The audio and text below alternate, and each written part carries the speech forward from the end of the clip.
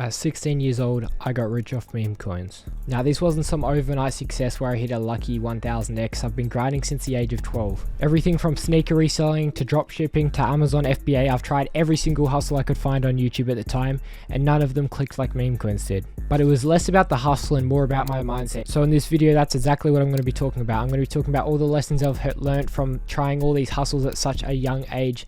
Lessons I wish someone else told me much earlier. Now, I got into crypto the same way most people did. I was scrolling TikToks, I saw all these people turning pennies into Lamborghinis overnight. At first, I brushed them off just as another guru trying to sell a course, but I then had my long-term friend approach me and tell me that he had turned his $200 into over $200,000 in just around 3 months of trading. Obviously, it took me a while to believe this, but once I did, I jumped right in, putting the $200 I'd made from sneaker reselling right into a Phantom wallet. On the first day, I'd flipped it into 300, then 500, then 700. I thought I'd cracked the code. I just had to go onto Twitter, find someone shilling a coin, and then buy into it and sell the top. Looking for the next coin, I discovered a nub airdrop, and I clicked on the link. Boom, my wallet was gone. It had all gone in one click. After I lost everything, at first, I blamed everything and everyone but myself. The platform, the wallet, even Twitter. I was convinced it was their security and I had nothing to do with actually clicking on the link. But eventually, after a few weeks of coping, I actually started to take ownership. It was my fault. I clicked the link, I approved the transaction, everything was my fault. I tried to claim an airdrop that wasn't real. I didn't verify the Twitter's name, I didn't verify the fake botted activity on that Twitter account. It was all my fault. And that was the first lesson I learned along the way. Stop playing the victim. Everything in your life is your fault. It truly was a blessing in disguise. It taught me that everything in my life was my responsibility. If I was broke, I probably wasn't working hard enough on a business. I was hopping from one idea to another too quickly. If I was out of shape, it was because I wasn't hitting the gym, I wasn't eating cleanly, I wasn't putting the reps in every single day. I discovered the stoic mindset. No more crying about the hand I dealt, just playing it the best I could in the position I got given. Truly, no one's going to come to save you in this life. Not in trading, not in life, not in business, and not in anything. It's because luck isn't real. Exactly the reason 90% of lottery winners lose their millions. They didn't deserve it and in turn didn't know what to do with it when they had it. Once you stop hoping for some lucky 1000x or to win some bullshit Twitter giveaway is when you finally start to take the first step towards your success.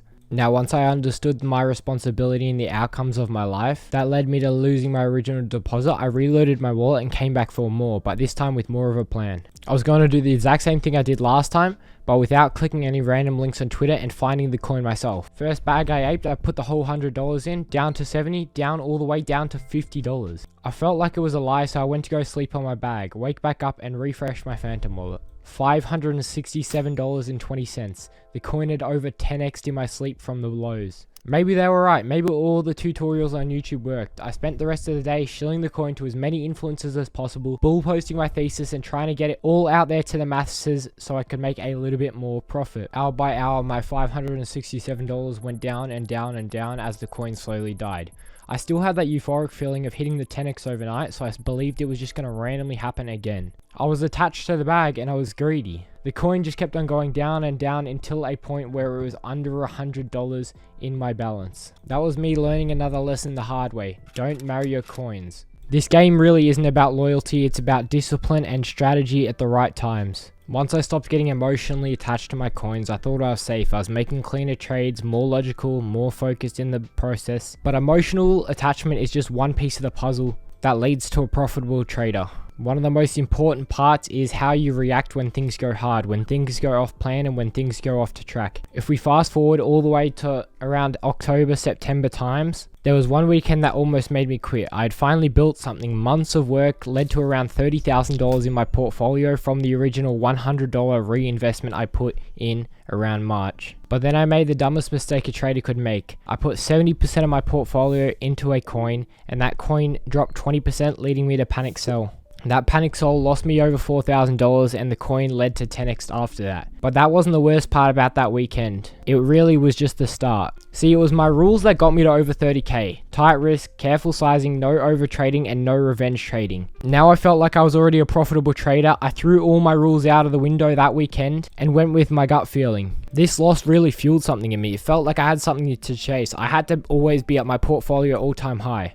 I was attached to a number in my wallet that I didn't even have in my bank account. The money was all fake. I had never withdrawn a cent and it felt like a game to me. I was always striving for success, but nothing past that. This chase for portfolio all-time highs turned into a rage. Trade after trade, over leveraging, over risking, forcing trades, and by the end of the weekend I had lost over 90% of my portfolio. I was down back to $3,000.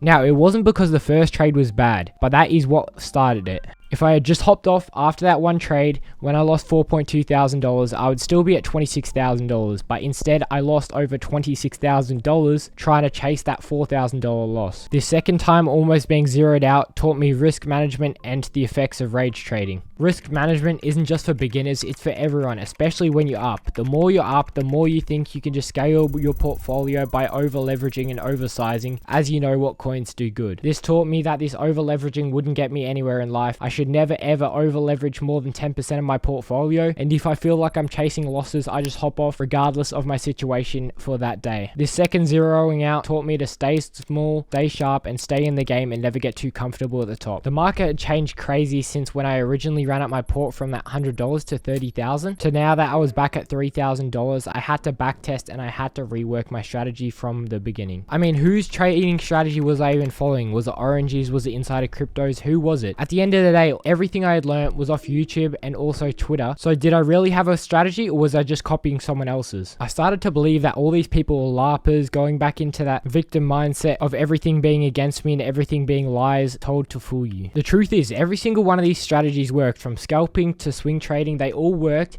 It was depending about your trading style on the one you wanted to adapt and your strengths. Trading is one of the most creative businesses. You can trade in 1,000 different ways and you can still make money. That's why I had to figure out what my strength was and abuse that strength over and over again to help me rebuild my portfolio and get me back consistent. For me, I took a little bit from everyone's trading style, having conviction and holding coins when I really felt the need to, but this was rare, maybe once every 3 to 4 days. Most of the time I was taking small scalp trades from new pairs all the way up to migration, whilst documenting every trade and over risk managing to make sure the same mistakes I had previously made never ever happened again. That was my style, but everyone has their own lens, their own playbook. Once you figure your lens out, you need to abuse it and figure out how you're going to scale this to multiple 100,000 per month. If you're just copying someone's trading style off YouTube one-to-one, it's dumb, and even if it does end up working out, you're not going to know how to adapt with the market and you'll likely get burnt out. You can't just build a strategy from nothing. You have to evolve things you've learned into your own parameters regarding time and strengths alike. Now, the longer you're in the game, the more you're going to need to adapt. If you're scared to adapt, whether that be the new train, the new trading bot, or the new meta, you'll fall behind and you'll die alongside your portfolio. Now, some of my biggest wins weren't actually from the Solana blockchain, whether that be from TRX when I bridged during August when the big rush of Tron was going off, and I caught some of the early coins because I was the earliest on the blockchain. You can't be scared to bridge to a new chain and always be ready for things, as there really is no consequences to being too early. Same with trading bots. You have to try every single trading bot out there. I've personally tried Nova, Axiom, Bullex, Photon, Phantom, every trading bot you could think of, and I've realized that Axiom is the best. I was in first 5% of people on Axiom, and now I reap the rewards of having the bigger edge, the faster transactions, and the more features earlier on than anyone else. As Axiom stands today, it takes over 60% of the market share regarding trading bots on Solana, and I was within the first 5%, which is absolutely crazy to think about, and how many coins I could get into just thanks to Axiom. Obviously, there's more intricacies within this, like adapting from a holder's market to a scalper's market, and just changing your trading style as a whole and changing the types of coins you buy, depending on the market conditions, the volume, the GDness, and things like that. The more you adapt alongside the market, the more your P&L will stay consistent. If you think just keeping the same strategy over time will keep your P&L consistent within meme coins, you're completely wrong. Now, this isn't stocks. You can't keep the same liquidity sweep strategy for years on end, as it's more about the coin than the actual chart. New things are coming from left, right, and center, so you always have to adapt. The market's job is to change. Your job is to change with it and adapt to the conditions you're given. Now, learning to adapt is one thing, but listening to the noise is another thing. If you adapt on every single micro rotation within chains, or every time an influencer drops FUD on your coin, you'll likely get more wrecked than not adapting at all. That's why you have to find a happy medium between the two. And exactly why my next lesson is to ignore the noise and remember why you're here. I'm going to take you back to another story back when Peanut the Squirrel dropped, and I aped a lot of my portfolio into that coin. Now, I bought size into this coin around 50 million, over leveraging my portfolio once again. I'd clearly not learned from my last lesson. I thought, well, it's such a high market cap, there's so little risk in the coin. I was fully convinced that I was just going to hold it for 3x, I was going to sell the top and I was going to go about my day. I tried my hardest, 3 days of holding, ignoring the chart, ignoring the signs, ignoring the noise on Twitter. But when things got too shaky, it went up to 100 million, it went down to 30 million, it went up to 100 again. And when it was down to 30 for that second time, I sold my full bag, taking a massive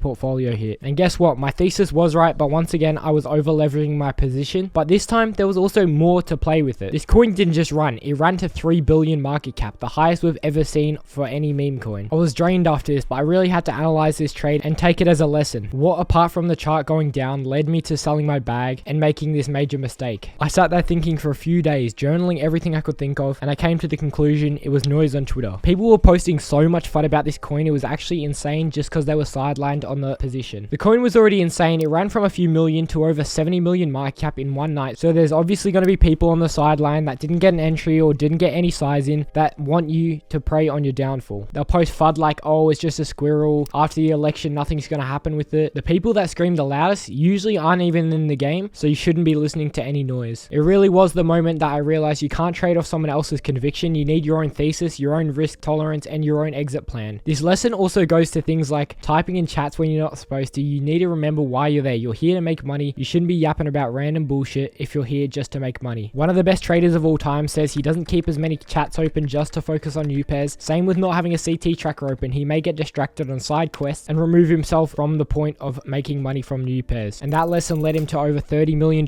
in profits over just over a year in trading. The more you block out the noise and zoom in on what's important, the more money you'll make in the long run. This change made me more focused than ever. My thought process was more clear and I was more consistent in my conviction. But even then, I felt a little bit capped, like I was improving, but I wasn't growing at the pace that I wanted. I felt like everyone around me was holding me back, and I was completely right. I was surrounded with people with less than one soul in their portfolio that gave me no value other than praise on my biggest P&Ls and hate on my biggest losses. This was another form of unnecessary noise that I really didn't need around me if I wanted to succeed. Look, early on these people were great in my trading journey. You need to be with people at your same level or higher, and when I started, these people were higher than my level, but I really overtook them. As egotistical as it sounds, if you want to progress, you need to realize your positioning compared to others. Every day they were just posting memes, hopium, and this is the one. They had no strategy, they weren't growing their portfolio, and they were here just to make friends instead of money. So I made a choice. I was cutting off the people that held me back and started to reach out and reach up to bigger people that had bigger portfolios and could give me advice on my specific position,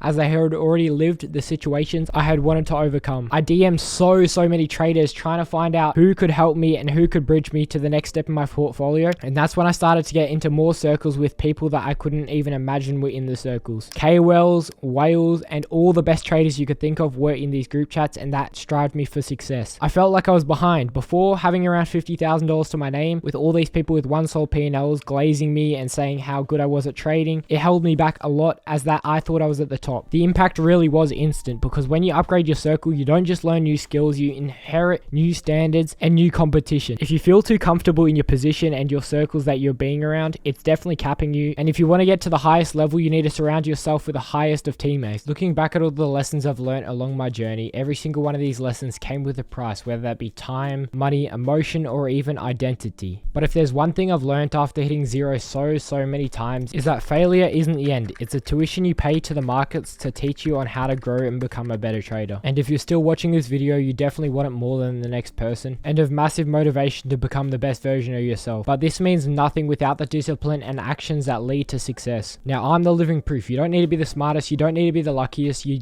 don't need to be up forever. You just need to be the one who doesn't quit and learns from their losses. If you take these lessons to avoid the same losses and the same mistakes I made along my journey, there's a high chance that you're already ahead of 99% of people, and also me when I started out. Look, that's all from me. If any of these lessons hit you hard, drop a comment, like, and subscribe, and I'll see you in the next one. I'm not here to shit out videos, I'm here to give you value.